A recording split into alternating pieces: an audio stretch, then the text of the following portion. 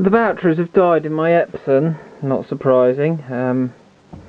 Yeah, but when I've put it up to the power supply, this happens.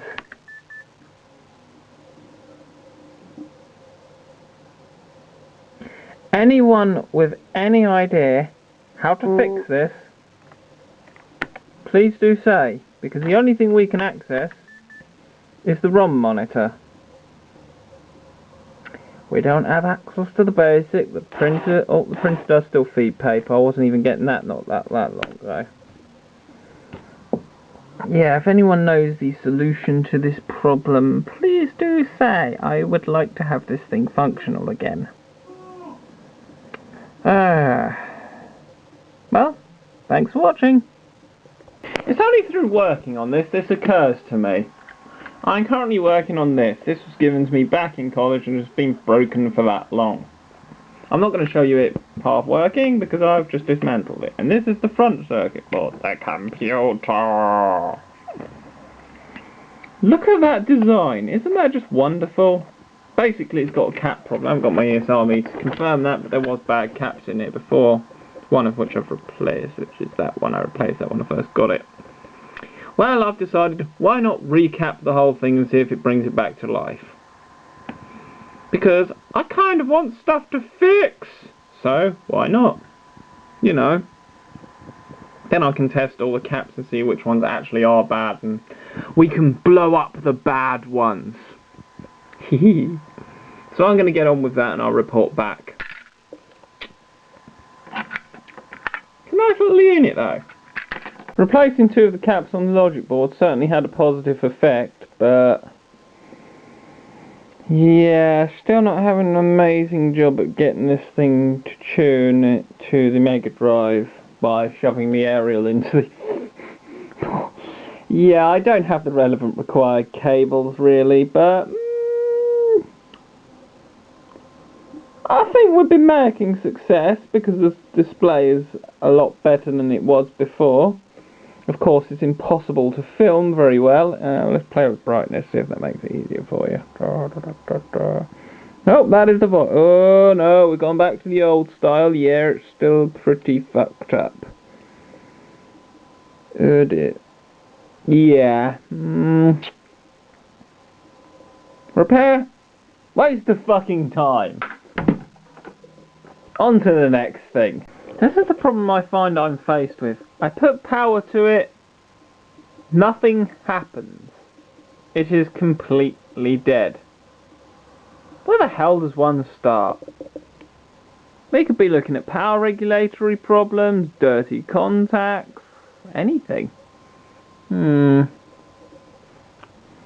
not quite sure. However, I do want to hack that viewfinder. That seems to be my move. That's a point. Maybe I ought to measure, see if anything's coming through from the viewfinder contacts. Let's see. But yeah, it's completely dead. I don't think power's even making it anywhere in there. Could be a voltage regulator failure. Good luck finding a voltage regulator in there. It's analog black magic is what it is in there. I don't understand anything of what the circuit will be doing. It just does what it does, and well, I don't know what it does. But anyway,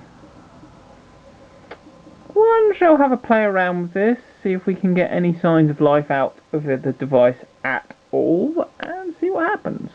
We have our first sign of life, but it's still dead. We have found that something in the negative is completely and utterly buggered in the cable, so this cable is completely and utterly useless. Perhaps we can give it to the dog or something. And I'm not really able to detect any high voltage inverters.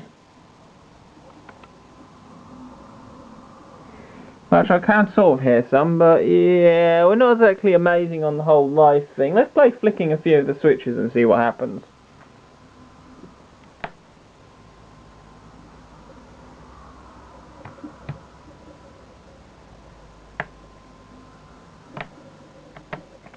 Isn't something supposed to happen? Anyway, Yeah, I suppose we managed to get this thing to power up. That's the first hurdle overcome.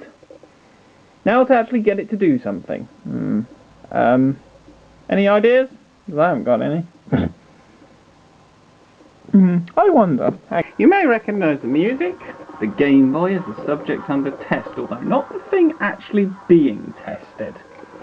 That is the power supply, the skip-rated one, which Mike's Electric Stuff did a whole review on, and I pulled out the skip. The 2 power transistors on the mains heatsink were dead, and I picked up the units from uni today. And it works. And I've also done the display mod, but of course the displays are so jittery, they're pretty much useless. I'll need to add an external oscillator to them at some point. However, I do have the datasheet up on the computer. So, yeah, the power supplies will work, although if you short these outputs, it does something it shouldn't. It kills the main fuse and is probably the reason why the original transistors burnt out in the first place. So if anyone knows exactly where the power circuitry is, I suggest you grab yourself a capture of this circuit board and stick it up on Mr. VX's Facebook page of whereabouts it is, so I can actually check the short circuit protection circuitry, because I have no clue where it is on there. There's a lot of power supply stuff that I do not understand, so I don't delve into it. Not yet, anyway. Maybe in the future I'd delve into it, but not at the moment. Thanks for watching, and hopefully someone can provide some help to the short circuit protection circuit, so we can get that fully operational too.